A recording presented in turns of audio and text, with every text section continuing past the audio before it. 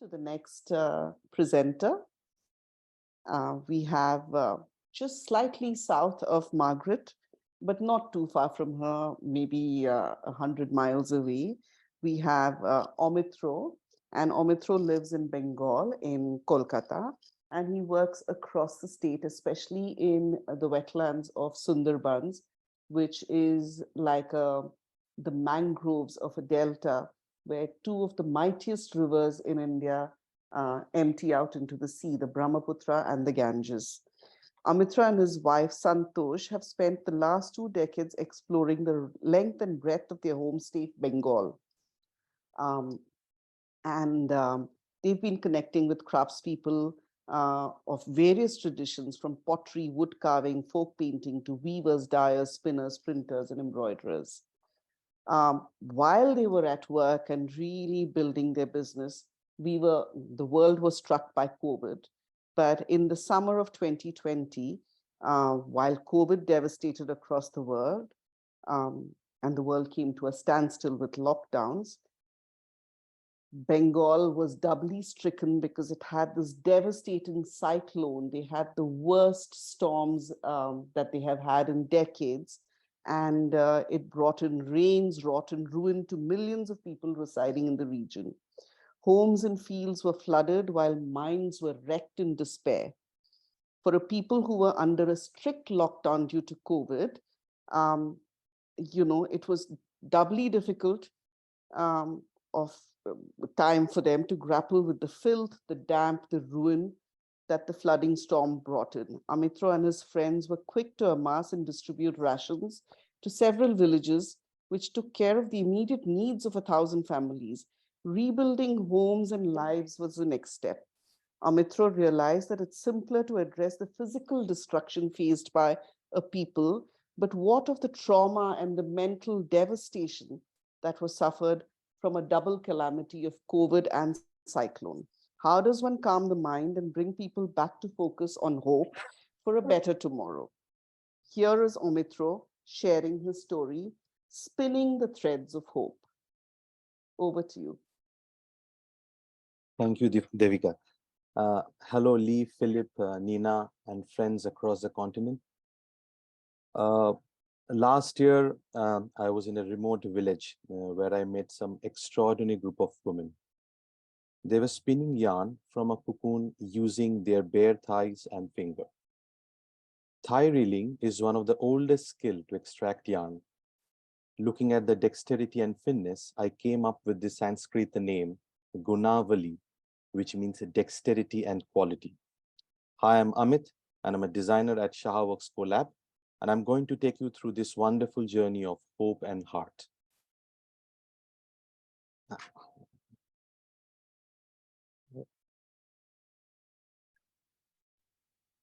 So this is a map of undivided India and undivided Bengal. And the marked area is Calcutta, where I live and practice. The reason why I'm sharing this old map, because the roots goes back to undivided India and Bengal. Bengal then known for its fabulous fine cotton, also known for Dhaka muslin, as Dhaka was the important city of Bengal province. By March 2020, the whole world was fighting COVID, and we all stood in hand in solidarity with the world. On May 20, 2020, came Amphan. It was the strongest tropical cyclone to strike Ganges Delta, causing over $13 billion damage and taking innumerable lives, creating havoc mentally and physically. We were getting distress calls from everywhere. And then when I started writing on Facebook, and help started pouring in. And every week used to collect ration and distribute far off Amphan affected areas. The effect of Amphan was so bad that when I had to reach some of the places, we had to take a day, 2 days to reach there because the roads were washed off. And that's how we started this initiative called Heart for Handmade. Communities belonging to the creative and cultural industries were the one who were affected the most. They had nowhere to sell their products. They didn't have enough savings to sustain. To come out of this distress, they required was work. What they required was work.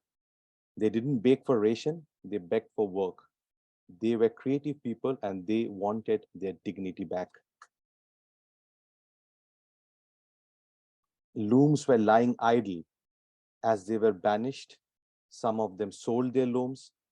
There was no work. This was also the time when we saw a huge number of migration. Artists were selling off their looms and tools, taking up menial jobs and day laborers. Once the restrictions were withdrawn, heavy industries required manpower, and so menfolk left their creative practices to join forces. The women stayed back to look after their kin and family.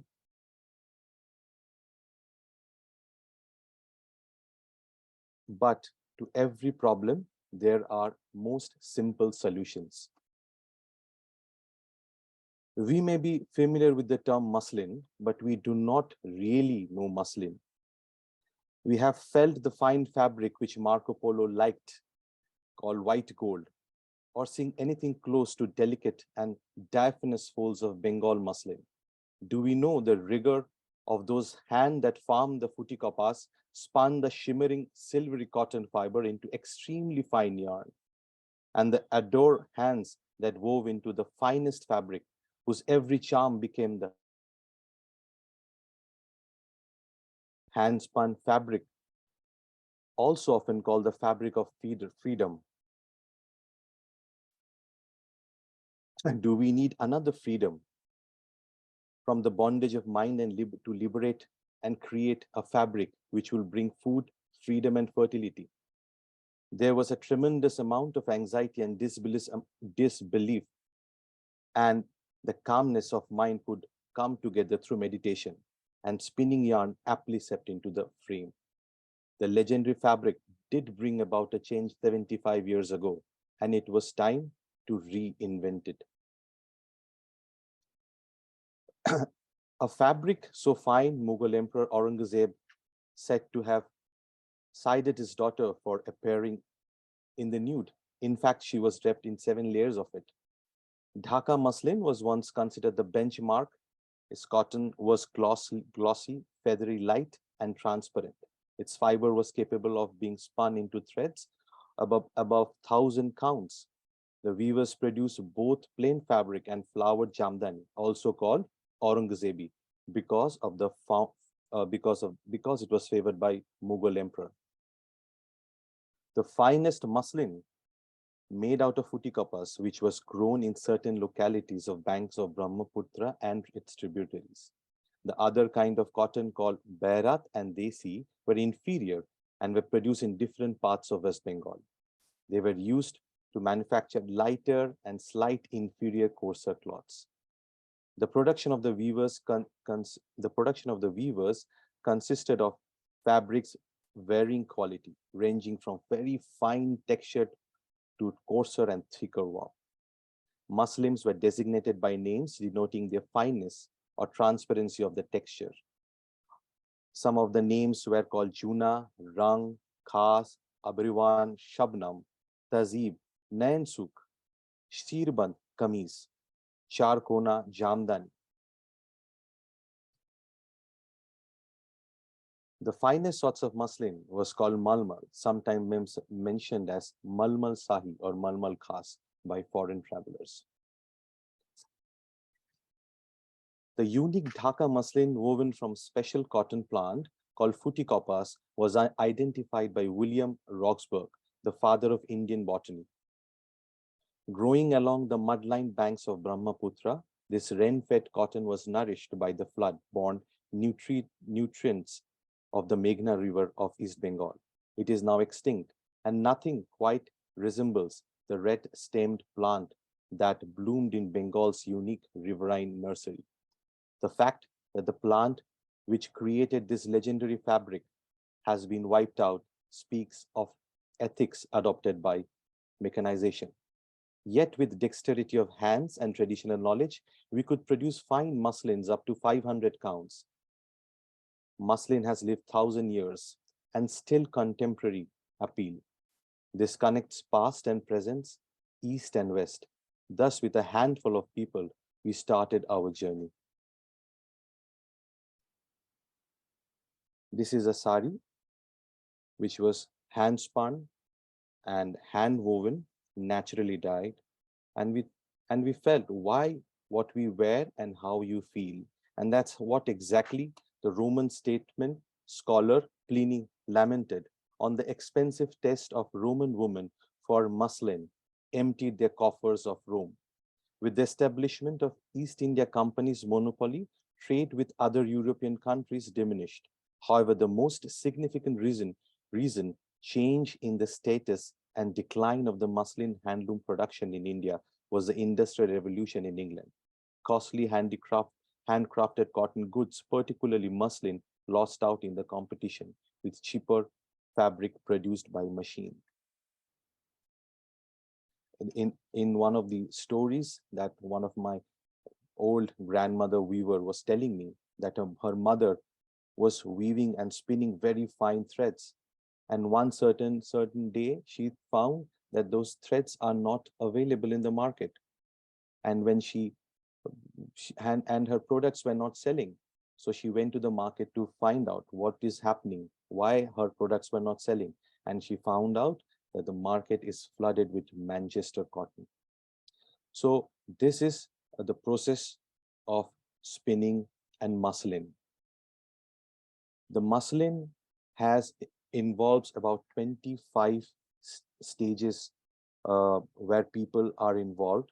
And thus, when you buy a muslin jamdani fabric, the money that is generated is been divided into at least 25 people. There are more, there are accessory works, which are not here being counted, like dyeing, finishing, washing, stretching. Those are not being counted. So if for the first, you see when the cotton has been turned out, then it's been turned into a splicer, and then it's been turned into threads, and then it's been drummed, starched, warped, and then it's been woven. But when we started doing our survey, we realized that why muslin jamdanis are becoming very unpopular, why people are not able to produce fine muslins. The reason were that we were losing the skill of starching. Starching is a technique where you have to soak the rice overnight. Next day, early morning, about 3-4 is a good time. You have to squeeze the rice and make it into a paste. Very slowly, you have to feed the yarn, almost like you're oiling your baby on your lap. And very carefully, you have to feed the yarn until and unless the whole starch is been taken by the yarn. When you talk about these yarns are about 200, 300, 500 counts, which means in an inch, there will be 200 to 500 counts in an inch. So that was one of the primary reasons why muslins they were produced, but not in a quantity. People were losing interest in muslin because the traditional knowledge of starching was missing. Another reason why muslins were becoming unpopular was the industrial use of loom. Bamboo reeds were not being used. So in the image below, you see we have started using the bamboo reeds because bamboo is a natural material, it has its own substance, it holds the fiber well, and that is the reason you could weave fine muslins. And that is some of the products. Fine muslin jamdani, 300 counts, 300, 400 count, dupattas and saris that still can be woven. And this brings, when you buy a product in a muslin, you are not only buying for the product, but you're buying for the effort that's going down the line. And a number of people are being paid for buying one product.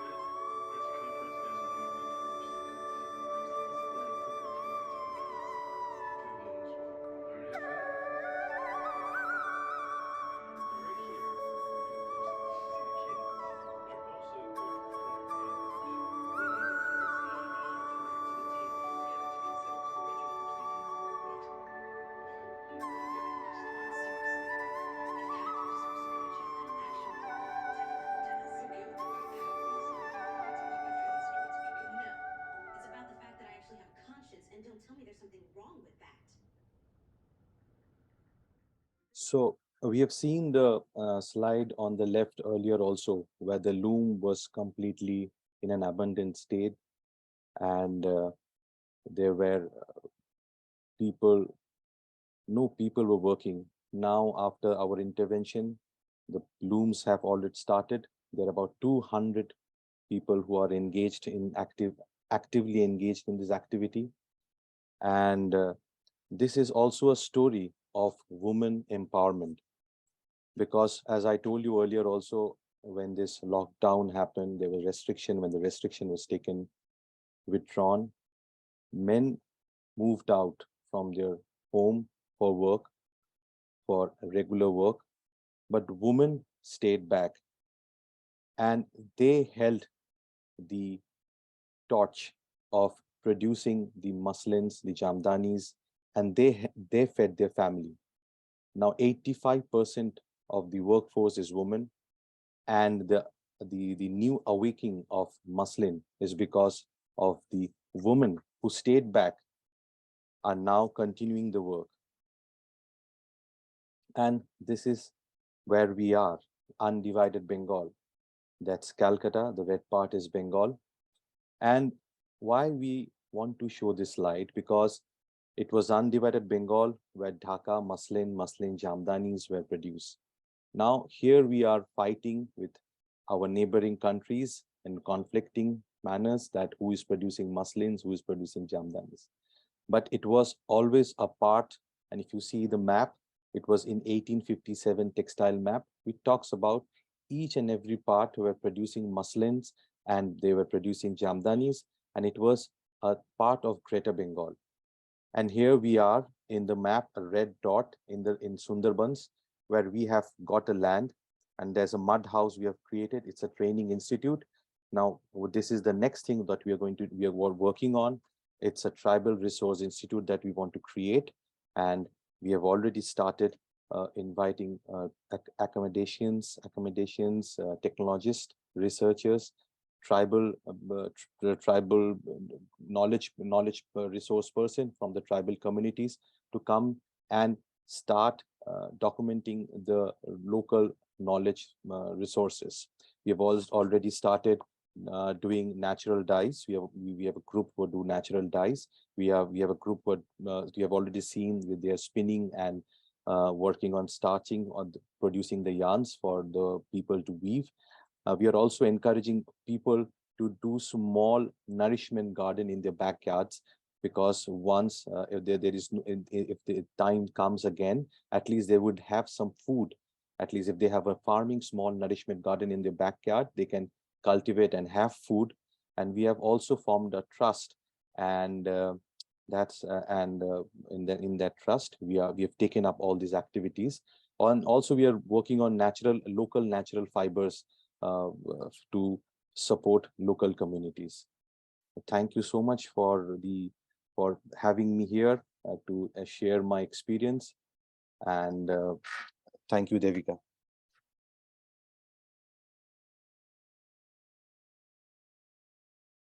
Thank you so much. Wonderful, wonderful. Another beautiful textile story. Maybe we should ask, in case there are people working in the design industry, is there a way they can just reach you by email if they'd like to work with your fabric? Yeah, they can. We have enterprises. We can also introduce them to various women enterprises if they want to directly work with them, or also they can work with us. Whatever way, we are open to that. Okay. Thank you. Thanks so much, Amit. It was fantastic.